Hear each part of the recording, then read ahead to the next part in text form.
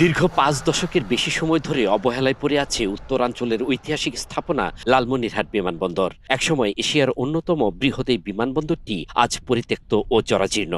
তবে নতুন করে আশার আলো দেখছে উত্তরাঞ্চলের মানুষ। বিমানবন্দরটি পুনরায় চালুর উদ্যোগ নিতে সরকারের কাছে জোরালো দাবি উঠেছে। এই উদ্যোগকে ত্বরান্বিত করতে গত ৩ মার্চ দুর্যোগ ব্যবস্থাপনা ও ত্রাণমন্ত্রী আসাদুল হাবিব দুলু, বেসামরিক বিমান পরিবহন ও পর্যটন মন্ত্রী আফরোজা খানম রিতার কাছে একটি আনুষ্ঠানিক পত্র দিয়েছেন।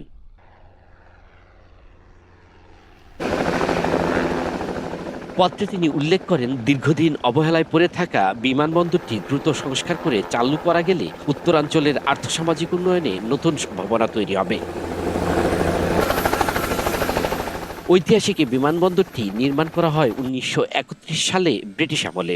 নেপাল, ভুটান ও ভারতের বিভিন্ন অঞ্চলের সঙ্গে যোগাযোগ ও সামরিক প্রয়োজনে গড়ে তোলা হয় বিশাল এই বিমান ঘাঁটি। লালমনিরহাট সদর উপজেলার মাহেন্দ্রনগর ও হারাটি এলাকায় প্রায় ১,১৬৬ একর জমির উপর নির্মিত হয় এই বিমানবন্দর। রেলপথে পাথরসহ ভারী নির্মাণ সামগ্রী এনে তৈরি করা হয় শক্তিশালী রানওয়ে ও অবকাঠামো।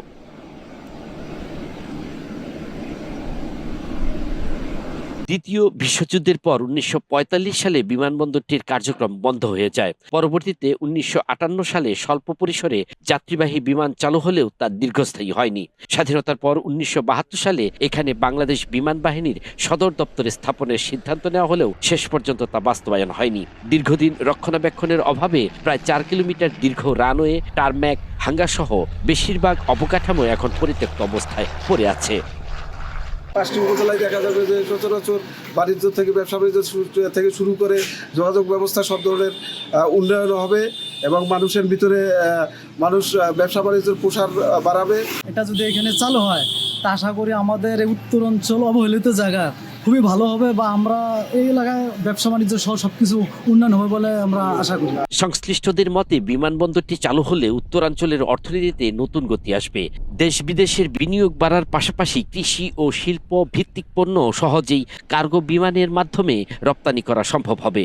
ভৌগোলিক সুবিধা কাজে লাগিয়ে এই বিমানবন্দরটি ভারতের উত্তরাঞ্চল, নেপাল ও ভুটানের সঙ্গে আঞ্চলিক যোগাযোগের একটি গুরুত্বপূর্ণ কেন্দ্র হিসেবে গড়ে উঠতে পারে। বিমানবন্দর, ফোর লেন, তারপরে আমাদের অর্থনৈতিক জোন, তিস্তা মহাপরিকল্পনা, সেগুলো আমরা কাজ করব, সেগুলো নিয়ে আলোচনা করেছি। আমরা এগুলো স্ব মন্ত্রণালয়ে আমরা যোগাযোগ রাখতেছি, তাদের অগ্রগতির সঙ্গে আমরা যুক্ত থাকবো যাতে কাজটা দ্রুত গতিতে আমরা করতে পারি। বিশ্লেষকদের মতে বিমানবন্দরটি চালু হলে উত্তরাঞ্চলের শিক্ষা, পর্যটন ও ব্যবসা বাণিজ্যে ইতিবাচক পরিবর্তন আসবে।